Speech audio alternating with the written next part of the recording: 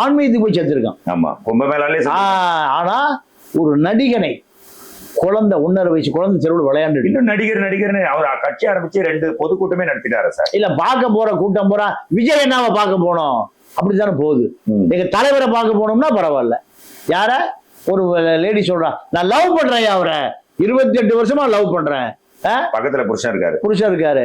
நான் அவங்க அப்பாட்டே சொல்லிட்டேன் நான் லவ் பண்றேன் அப்படின்னு. அப்போ இதெல்லாம் தான் அல் ஜசீரா காரி துப்புறான்.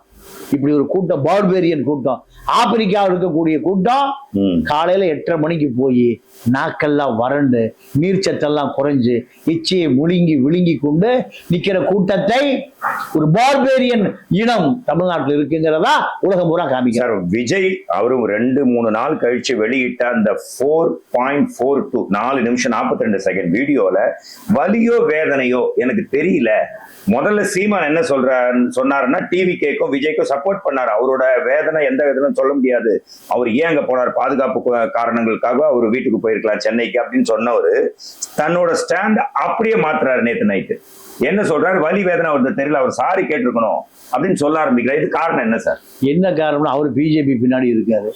குருமூர்த்திய நிர்மல் குமாரும் ஜான் ஆரோக்கியசாமி போய் குருமூர்த்தியை பாக்குறாங்க. நான் தானே குருமூர்த்தி பாப்பேன், நான் தானே குருமூர்த்தி விட்டு இருக்கேன், அந்த இடத்தையும் முடிச்சிட்டீங்களா? இந்த கோபம் தான் சீமானுக்கு. குருமூர்த்தி மூலம் அமித்ஷா தொடர்பு எடுக்கப்பட்டு அமித்ஷா கடத்தல் குதிக்கிறாரு. அப்பதான் திமுக ஆஃப் ஆகுது.